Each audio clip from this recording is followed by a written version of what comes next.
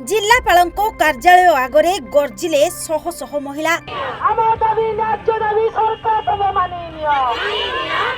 शोभायात्रा करी बुलिले पूरा सहर आउ शेषरे ब्यारिकेड भितरकू धसई पशिबा सह जिल्लापालको कार्यालय भितरे भी पशिबाकू चेष्टा कले।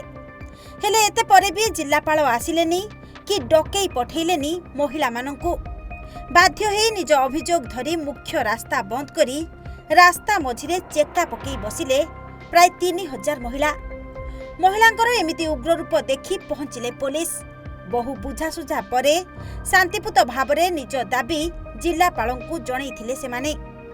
आमे 6/3/2025 रे आमे दाबी पत्र दैथिलु जिल्लापाल सारंकु मध्ये हमर 4टा एमएल को मध्ये दैथिलु। आमे मध्ये मुख्यमंत्री के मध्ये दैथिलु, उपमुख्यमंत्री के मध्ये दैथिलु। हमर कोनोसी कथा सुनिले नाही कि आलोचना किछि कले नाही। सतिपई आज आमे कलेक्टर ऑफिस दफ्तर सामने रे आमे घेरो करू।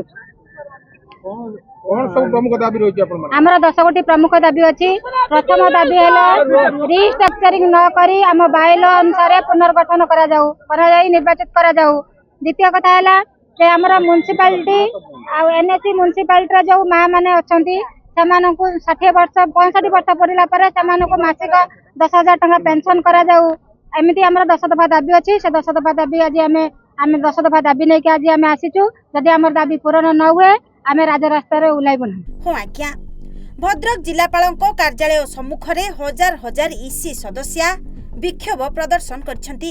सभानेत्री और संपादिकांको पुनः गठन प्रक्रिया पाई राज्य सरकार करथिबा निर्देश को विरोध करी भद्रक स्वयं सहायिका गोष्ठी महामंचर 3000 रु ऊर्ध्व महिला आज एक विराट शोभायात्रा रे शहर परिक्रमा करिबा सहित जिल्लापालको कार्यालय सम्मुखरे पहुंचीथिले। परे सदस्य माने ब्यारिकेड भितर को धसई पशिबा सहित जिल्लापालको कार्यालय को पशिबाकू चेष्टा मध्य करथिले। जिल्लापाल आसी सेमानंकू भेटिबाकू दाबी करी गेट सम्मुखरे बेस हो हल्ला चलीथिला। तेबे जिल्लापाल सेमानंको पाखकू न आसिबारु महिला माने भद्रक सहरर मुख्य रास्ता को दीर्घ समय धरी अटक रखिथिले। परे पुलिस बुझासुझा करिबा परे सदस्य माने जिल्लापालंकू भेटी निजर 10 दफा दाबी जणाइछंती। संघर सभानेत्री और संपादिकांको पुनः गठन न करी बाइल और गाइडलाइन अनुसार निर्वाचित करी प्रतिनिधि बाछिबा, पौरांचल और विज्ञापित अंचल रे सीएलएफ गठन करिबा परी संघ पक्षरु 10 दफा दाबी रखा जाइछि। राज्य सरकार एथिप्रति यथाशीघ्र ध्यान नदेले आंदोलन आहुरी व्यापक कराजिबो बोली महामंच पक्षरु चेतावनी दिया जाइछि। होए भाई हमर 6 तारिख रे आनी के आमे दैथिलु उपजिल्लापाल को दाबी पत्र दैथिलु। हमर गोटे 10 दफा दाबी रहिछि जोटा कि हमर माननीय मुख्यमंत्री के पाखो पठैछु, उपमुख्यमंत्री के पाखो पठैछु आ हमर 4टा विधायक के पाखो पठैछु भद्रक जिल्ला रे।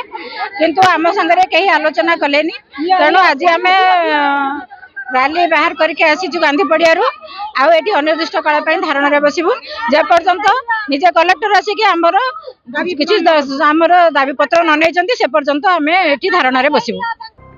भद्रक विजय कुमार कुंवर का रिपोर्ट, ओडिशा भास्कर।